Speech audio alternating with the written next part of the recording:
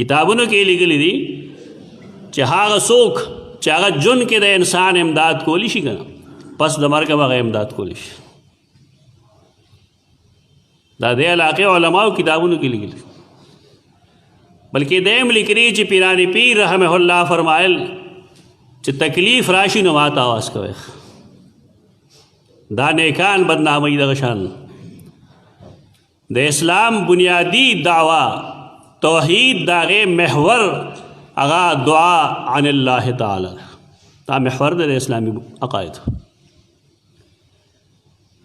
کورنو کې زنانا چې ډوډۍ ته غورځېږي نه هغه الله ته آواز نه کوي یا کاکا صاحب یا پیر بابا ورسې دا رواروي کې خلک کوئی حال لای دا شرکی کلمات دي دا جائز کلمات نه دي.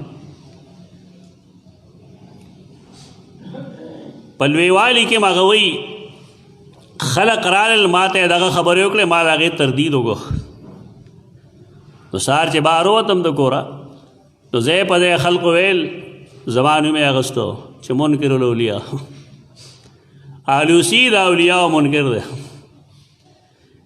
یعنی چې کله خلقو ته ووایې چې را مدد شي یو الله ته ووایه نو تا ته به دا وایي ته اولیاء نه منې. د دې دویم جواب مه کوې ته الله نه منې.